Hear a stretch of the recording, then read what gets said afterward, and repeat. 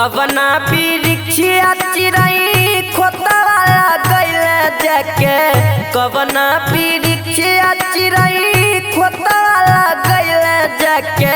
सुन कर के अंगना हमारा गे गए फिर चल गए कोलना गा गे कवना बिरिछिया चिरई खोतवाला गइले जाके कवना बिरिछिया चिरई खोतवाला गइले जाके सुन कर के अंगना हमारा गे गए फिर चल गए कोलना गा गे फिर चल गए कोलना गा गे गए सुन कर के अंगना हमारा गे सचिन रिकॉर्डिंग स्टूडियो सहरसा।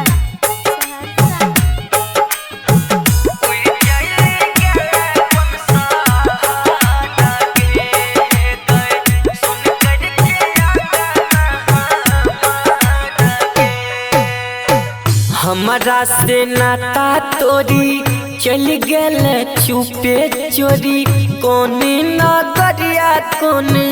गाम गे खोज छियो मन में झाड़ी झाड़ी घरिया गन में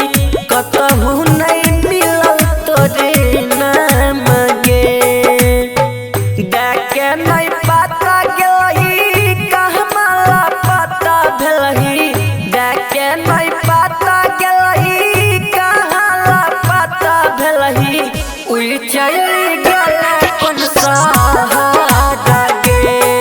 गए सुन कर के अंगना हमारा गे उड़ चल गेले कोन सहारा गे गए सुन कर के अंगना हमारा गे सचिन रिकॉर्डिंग स्टूडियो सहरसा।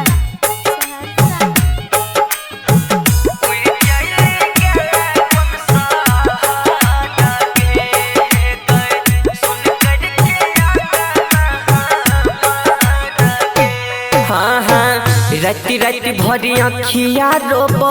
चैन से नहीं कबो सोबो भै गेलही किया तोय कठोर गे तोरा बिना दिल नहीं लागो भीतरी करे जा फाटो तोरे याद में भै जाय छै भोर गे केकरा से पूछे जाई तोरा के ना पाई केकरा से पूछे जाई तोरा के ना पाई तोरा बिना सुना गई घर गे गए उड़ चल गए कोलना गा गे उड़ चल गए कोलना गा गे गए सुन कर के अंगना हमारा गे सचिन रिकॉर्डिंग स्टूडियो सहरसा।